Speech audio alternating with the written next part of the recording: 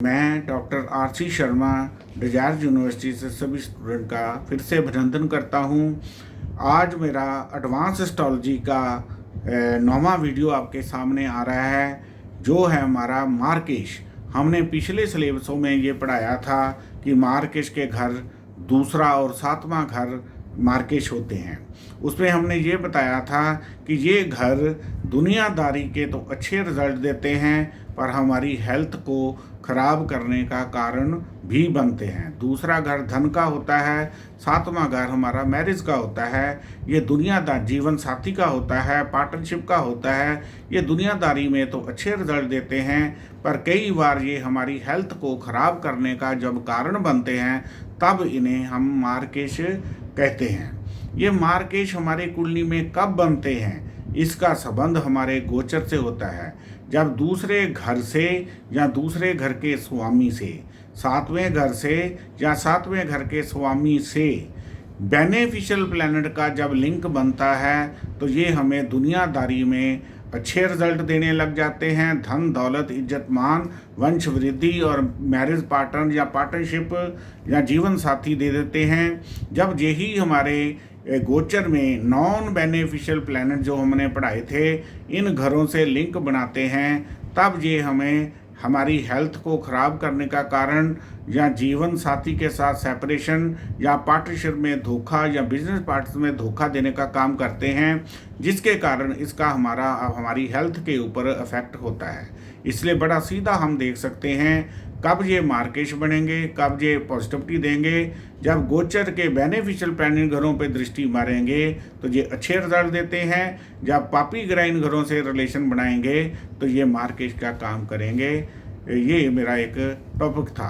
अब इसके बाद है ईवल स्पिरिट का मेरा टॉपिक। ईवल स्पिरिट क्या होती है? कई जातकों को भ्रमण भी हो जाता है, भ्रमित हो जाते हैं कि उनके अंदर कोई नेगेटिव आत्मा प्रवेश कर गई है, या जिसको हम ऊपरी कसर भी कह देते हैं। किन जातकों को ये चीज़ होती है, इसके लिए एक छोटा टॉपिक है जिसका नाम हमने ईवल स्पिरिट्स दिया है, बुरी आत्माएं। बुरी आत्माएं जो हैं, जिन जातकों के कुंडली में बुरी आत्माओं के लिए 2 ही बेसिक प्लैनेट होते हैं, राहु और शनि।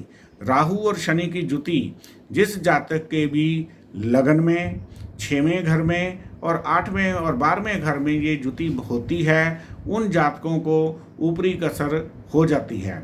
दूसरा इसमें है हमारा चंद्रमा का रोल। उन जातकों की कुंडली में चंद्रमा बहुत पीड़ित होता है। तीसरा है लगन, लगन भी पीड़ित हो, यानी लगन और चंद्र दोनों पीड़ित हों। ऊपर से राहु शनि 6, 8, 12 घरों में प्लेस हो जाते हैं, तो इन जातकों को बुरी आत्माओं की जकड़ में बहुत जल्दी आ जाती हैं। ये बुरी आत्माएं जो हैं, इनको ठीक करने के लिए राहु और शनि की युति को तोड़ दो। शनि का कोई स्टोन उच्च का पा दो, राहु को जल प्रवाह करके या राहु की शांति करा के इस युति का, ये राहु शनि की युति का संबंध, युति या दृष्टि संबंध कुंडली में तोड़ दो, तो ये हमें ईवल स्पिरिट से बचाने का काम करती है। चंद्रमा का स्ट्रॉन्ग कर दो, लगन को स्ट्रॉन्ग कर दो, तो इस तरह ये जातक जो है, मतलब जो होता है, जिनकी 6वें घर में ये जुति होती है, तो वो तो जातक बीमार रहने लग जाते हैं। जिनकी 8वें घर में ये जुति होती है, उनके लिए यही जुति मृत्यु का कारण भी बन जाती है। इस तरह ईवल स्पिरिट वाले चैप्टर को देखकर कर सकते हैं। इसके लिए जनरल रेमेडीज होती हैं, जैसे मंगल, हनुमान जी जो है भूत पिशाच के, इनको देवित कहा गया है, जिसमें श्लोक में कहा है भूत पिशाच निकट नहीं आवे, महावीर जब नाम सुनावे। इन जातकों के लिए मंगल का पाठ, हनुमान चालीसा, शिवजी हमारे शमशान घाट के देवता माने गए हैं, शिवजी के मंत्रों का जाप या भगवती जगदम्बा के 32 नामों का इसमें जाप इसको करते हैं। किसी भी जातक को ऐसी स्थिति हो तो किसी भी उसके ऑर्नामेंट को गंगा जल से धोकर या उसे गंगा जल से स्नान करने के लिए भी कह सकते हैं। ऐसी चीज़ों से हम उनको बचाया जा सकता है। बाकी इसमें नींबू का प्रयोग करके भी हम इनको जातकों को रिलीफ दे सकते हैं। ये मेरा एक छोटा सा चैप्टर था ईवल स्पिरिट का, आपको समझ आया होगा। Doctor RC Sharma, Desire university, Jalandhar.